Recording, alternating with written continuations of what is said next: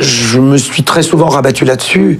À 66 ans, Patrick Bruel a choisi de parler, enfin. Lui qui fut pendant plus de 30 ans l'un des rares à percer la carapace de Johnny Hallyday, il livre aujourd'hui un regard intime sur l'homme, sur l'ami et sur Laetitia. « J'étais très touché par lui, par son histoire », confie-t-il avec une émotion intacte. Dans l'intimité, loin des regards, il se livrait vraiment. Moins il y avait de monde, plus il se laissait aller, plus il racontait. C'était une chouette personne, vraiment. Derrière la légende du rocker flamboyant se cachait un être vulnérable que Patrick découvrit peu à peu au fil des années. Leur tête-à-tête, rares et précieux, révélait une confiance rare. Johnny, si souvent masqué par son personnage, s'autorisait alors à être simplement lui. En 1998, ce lien prit une dimension presque mythique. Alors que Johnny s'apprêtait à écrire l'histoire au Stade de France, sous une pluie battante devenue légende, il invita Patrick sur scène.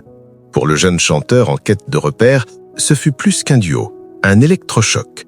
Dès le lendemain, quelque chose s'était débloqué en moi. L'album juste avant et le renouveau de sa carrière suivirent de près cet instant.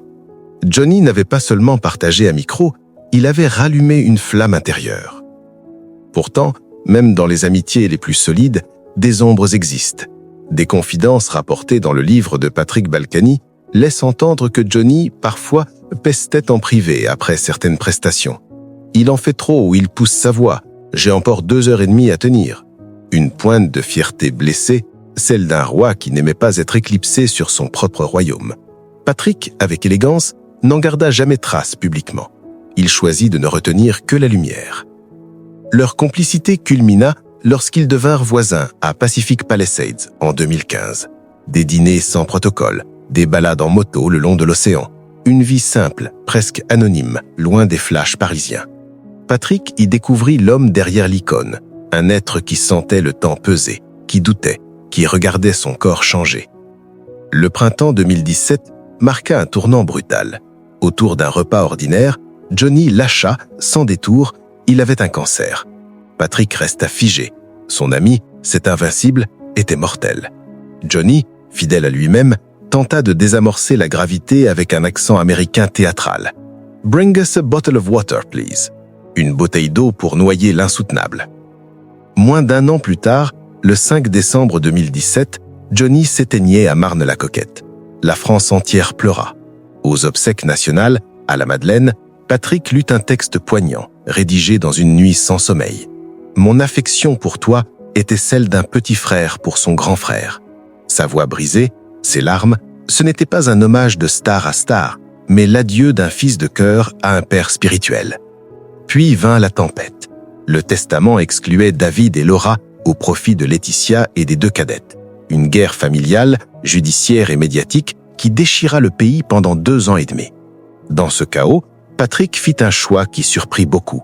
Il se rangea du côté de Laetitia. Dès mars 2018, alors qu'elle subissait un lynchage d'une violence inouïe, veuve noire, manipulatrice, opportuniste, il agit en coulisses. Il contacta Mathieu Linde, patron d'Alter's Mind, qui accepta, bénévolement, de conseiller Laetitia en communication de crise. Un geste d'ami, discret, efficace, sans chercher la lumière. Pour Patrick, Laetitia n'était pas la caricature médiatique. Il l'avait vue accompagner Johnny pendant 22 ans, tenir sa main dans les pires moments, le veiller jusqu'au bout. À ses yeux, la réduire à une profiteuse était une injustice criante. Il la défendit donc, mais loin des plateaux, fidèle à sa réserve naturelle.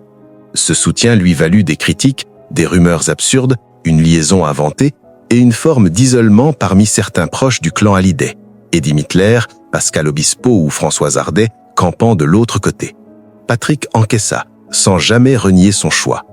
L'apaisement vint en juillet 2020 avec l'accord final.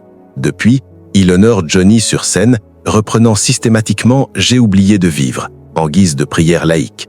Il a transformé ses spectacles en un hommage permanent, poussé par les exigences bienveillantes de celui qui le trouvait parfois trop réservé. Le destin, ironique, les réunit une dernière fois dans la tragédie. En janvier 2025, un incendie dévastateur ravage Pacific Palisades. Les maisons de Laetitia et de Patrick partent en fumée le même jour. Des souvenirs, des archives, une vie entière réduite en cendres. Une perte partagée qui, une fois encore, scellent leur lien au-delà des mots. En décembre 2025, pour 8 ans de la disparition de Johnny, Patrick écrit simplement « 8 ans déjà, tu es avec nous ». Une phrase sobre qui dit tout.